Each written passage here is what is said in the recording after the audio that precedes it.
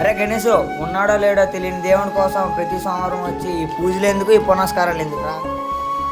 అరే కార్తిక్, ఏం మాట్లాడతాను నీకైనా అర్థమవుతుందా? దేవుడు లేపాడు మేట్రా, ఉన్నాడు. అయితే చూపించరా. నేను చూపిస్తా.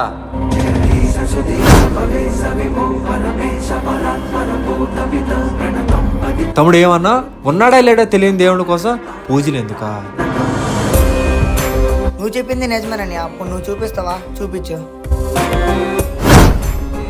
తమ్ముడు, వీడనేది కూడా నిజమేరా. కళ్ళ ముందు ఉన్న మనుషులు నమ్మని ఈ రోజుల్లో కనిపించిన ఆ దేవుణ్ణి నమ్ముతారని ఎలా అనుకున్నావు? కానీ నమ్మించాలి. అది ఎలాగా?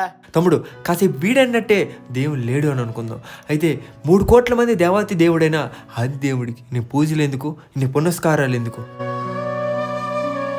తమ్ముడు, దేవుడు కనిపించడం లేదు అంటే లేడని కాదు, ఉన్నాడు. ఈ భూమి మీద ఉన్న 84 లక్షల జీవరాశుల్లో దేవుడు ఉన్నాడు, కానీ ఇలాంటి వారు చూడడం లేదు అంతే. రుస్కి రాక్షసికి పుట్టి ఆ కైలాసాన్ని సైతం గడగడలాడించిన ఆ రావణాసుడు 10 తలలు తెంచుకుంటే గానీ ఆ పరమశివుడు దర్శనం.